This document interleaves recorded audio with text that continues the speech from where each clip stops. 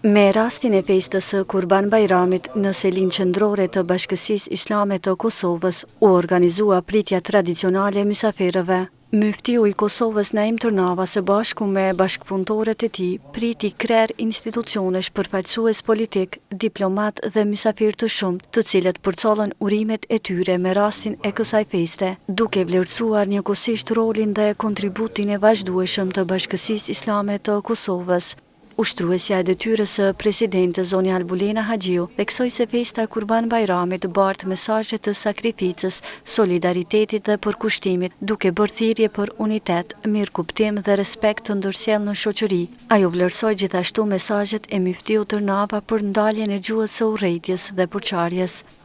Muftiu e dha sot edhe një mesazh dhe më njoftoi që ka pasur një ligjëratë në të cilën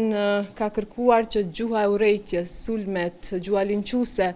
të ndalohet sepse ajo nuk ka vend në shoqërinë tonë. Prandaj e falenderova edhe për këtë aspekt. Për urime në Bashkësinë Islame qëndroi edhe kryeministri i Kosovës Albin Kurti, i cili tha se Kurban Bajrami është festë që përcjell mesazhin e sakrificës dhe kujtesës për të gjithë ata që kontribuan për lirinë dhe prosperitetin e vendit. Edhe sakrifica është festë, sepse ne i gëzojmë të mirat dhe frytet e atyre të cilët kanë sakrifikuar para nesh dhe kanë mundësuar që ne të kemi liri e prosperitet, para se gjithash dëshmorët e martirët e kombit, ku ne asnjëherë nuk e harrojmë që aty janë edhe 37 imam hoxhallar nga lufta çlirimtare bardhëse së cilës ishte UÇK-ja.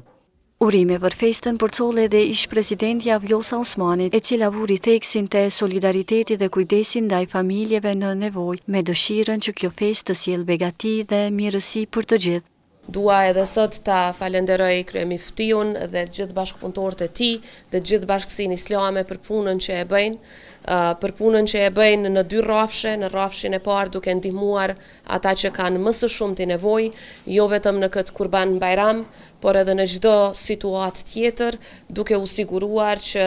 ata i kanë sofrat plot, duke u siguruar që ata mund ta festojnë edhe këtë festë sot me begati në sofrat e tyre, dhe në të njëjtën kohë t'i falenderoj për bashkëpunimin që e kemi pasur për ta ngritur edhe më shumë subjektivitetin ndërkombëtar të Kosovës, për ta forcuar atë edhe sa më shumë dhe për t'u siguruar që sa më shumë shtete anë kënd botës e mbështesin Republikën tonë.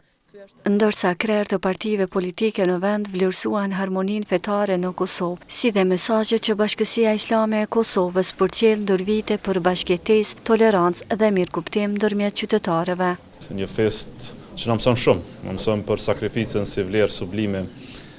tonën, e obligim edhe ndaj krijuesit dhe ndaj njëri tjetrit, për solidaritetin ndaj të tjerëve, sidomos për ata që janë në hall në nevojë, për mirësi ndaj miqve, familjarëve, shoqërisë sonë. Një ditë e veçantë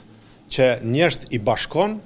njerëzit shkojnë për të uruar njëri tjetrin, kështu ka qenë, kështu do të jetë edhe kështu duhet të qenë edhe në të ardhmen. Është kënaqësi që isha këtu. Kosova dhe populli shqiptar me të vërtetë janë me fat për harmoninë fetare që e kemi, po edhe për mesazhin që e përcjell Bashkia Islame e Kosovës në vazhdimsi, për një shtet së drejtës, për një shtet që kujdeset për qytetarët e vet. Në pritjen tradicionale mori pjesë edhe i peshkvi i Kosovës Dot Gjergji, i cili theksoi rëndësinë e forcimit të respektit të ndërsjellë, bashkëjetesës dhe vlerave të përbashkëta ndërfetare e njerëzore. Të dëshmojmë edhe një herë si gjithmonë respektin e ndërsjellë, bashkëjetesën ndërfetare, gëzimin ndërvllaznor, bashkëndarjen e dhimbjes dhe gëzimit, dhe në këtë rast bashkëndarjen e ndjenjave të festës, sigurisht Kurban Bajrami. Për të uruar festën e Kurban Bajramit në selin e Bashkësisë Islame të Kosovës, qëndruan edhe përfaqësues të Federatës së Kickboksit të Kosovës, ambasadori i Turqisë në Kosovë, si dhe ambasadori i Mbretërisë së Bashkuar e mysafirë të tjerë.